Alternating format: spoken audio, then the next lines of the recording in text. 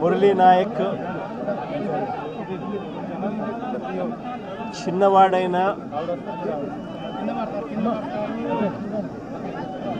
రాష్ట్రంలో చాలామందికి పెద్దలకు కూడా స్ఫూర్తిదాయకంగా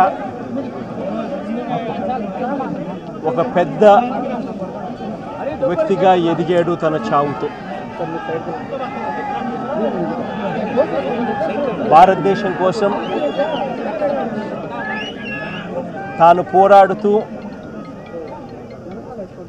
తన చావు వల్ల అనేక మంది మిగిలిన అన్నదమ్ములు అక్కచెల్లెమ్మలకు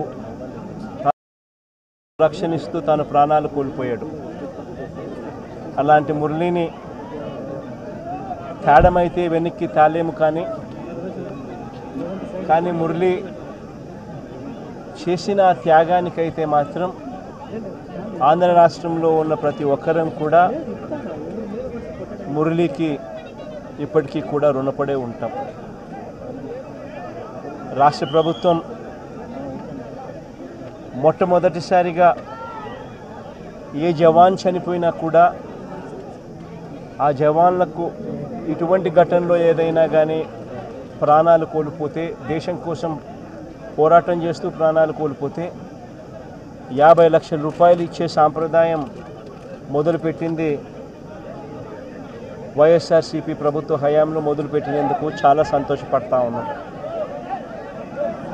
ఆ సాంప్రదాయాన్ని కొనసాగిస్తూ ఇప్పటి ప్రభుత్వం కూడా 50 లక్షల రూపాయలు మురళి కుటుంబానికి ఇవ్వడానికి ముందుకొచ్చినందుకు ఈ ప్రభుత్వానికి కూడా కృతజ్ఞతలే. పార్టీ తరపు నుంచి అన్ని రకాలుగా మురళికి అండగా తోడుగా ఉంటాం. పార్టీ తరపు నుంచి ఒక 25 లక్షల రూపాయలు వైఎస్ఆర్ కాంగ్రెస్ పార్టీ తరపు నుంచి అండగా ఉంటూ ఆ కుటుంబానికి తోడుగా ఉండే కార్యక్రమం చేస్తాం. మనిషిని తాలేకపోయినా కూడా తాను చేసిన త్యాగానికి అందరం కూడా అండగా తోడుగా ఉండే కార్యక్రమం అయితే ఖచ్చితంగా జరుగుతుంది. వీళ్ళ కుటుంబానికి మంచి జరగాలని,